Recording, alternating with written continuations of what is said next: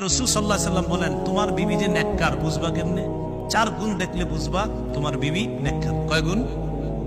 1 number, in আমারাহা আতাআতহু, স্বামী যদি স্ত্রীকে কোনো আদেশ করে, শরীয়ত মোতাবেক কোনো বৈধ আদেশ করে, স্ত্রীর সাথে সাথে তার আদেশ পালন করে। আবার বলছি আমি, শরীয়ত মোতাবেক বৈধ আদেশ।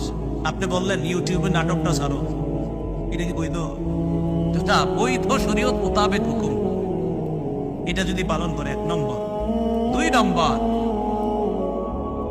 নম্বর, স্ত্রীকে যখন স্ত্রীর দিকে তাকায় স্বামী, ওয়া ইন নাযারা ইলাইহা সাররাতহু, কখনো যদি স্ত্রীর দিকে তাকায়, স্ত্রী এমন একটা অঙ্গ ভঙ্গি স্বামীর সামনে করে যে সাথে সাথে ওই স্বামীর মনটা আনন্দিত হয়ে যায়। সাথে সাথে স্বামীর মনটা কি হয়ে যায়? আনন্দিত হয়ে যায়। 1 নাম্বার, নেককার বিবি তিনি, যাকে তার স্বামী যখন আদেশ করে তখন আদেশটা পালন করে। 2 নাম্বার গুণ হলো, যখন তার স্বামী তার দিকে তাকায় সাথে সাথে স্ত্রী এমন একটা অঙ্গভঙ্গি করে স্বামীর মনটা খুশি হয়ে যায়। 3 নম্বর, ওয়া ইন আকসামা আলাইহা আবাররাতহু, স্বামী যদি কোনো কারণে শপথ করে স্ত্রীর ব্যাপারে, একটা শপথ করে ফেলছে আর কি, এখন শপথ ভাঙলে তো কাফারা দিতে হবে। তো স্ত্রী এমন একটা কিছু করে যেটা করলে স্বামীর শপথ ভঙ্গ হবে না, কাফারা দেওয়া লাগবে না। স্ত্রী ওই স্বামীকে শপথ থেকে, এই কাফারা থেকে উদ্ধারের ব্যবস্থা করে দেয়, স্বামীকে যেন শপথের কারণে কোনো বিপদে পড়তে না হয়। স্ত্রী তখন স্বামীকে ওই শপথ থেকে উদ্ধারের ব্যবস্থা করে। কথার কথা একটা শপথ করে বলছে, তুমি এই কাজটা যদি করো এটা ঠিক হবে না তোমার করাটা।